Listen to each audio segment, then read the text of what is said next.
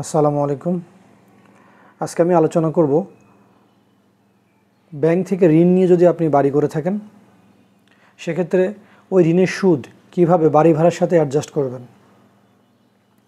Bank থেকে ঋণ নিয়ে বাড়ি করার ক্ষেত্রে দেখা যায় যে বাড়ি নির্মাণ করতে 6 মাস, 1 বছর, 2 বছর কিংবা 3 বছর পর্যন্ত সময় লাগে। যত সময় লাগুক না কেন, যেদিন থেকে আপনি আপনার বাড়িটি ভাড়া দিয়ে দিবেন সেদিন থেকে আর কোনো সুদ আপনি ইনকাম ট্যাক্স আইন অনুযায়ী বাড়ি ভাড়ার সাথে অ্যাডজাস্ট করতে পারবেন না। একটু খোলাসা করে বলি। সাপোজ আপনি ঋণ নিয়েছেন 1 জুলাই 2025 সালে।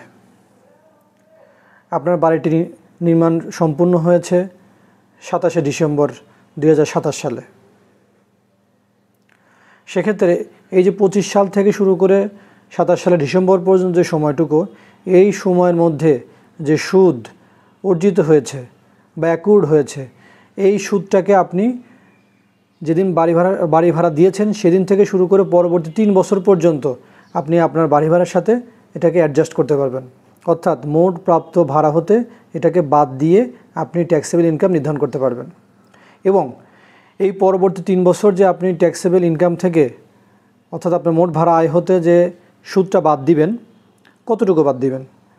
এই যে 2 বছর 25 সাল থেকে শুরু করে 27 সাল পর্যন্ত 2 বছরে আপনার যে পরিমাণ ইন্টারেস্ট এসেছে, ওই ইন্টারেস্টটাকে 3 দিয়ে ভাগ করে পরবর্তী 3 বছর অর্থাৎ যেদিন থেকে ভাড়া হয়েছে সেই বছর এবং তার পরবর্তী আরও 2 বছর, মোট 3 বছর আপনি এই ইন্টারেস্টটাকে আপনার মোট ভাড়া হতে প্রাপ্ত আয় হতে বাদ দিয়ে ট্যাক্সেবল ইনকাম নির্ধারণ করবেন।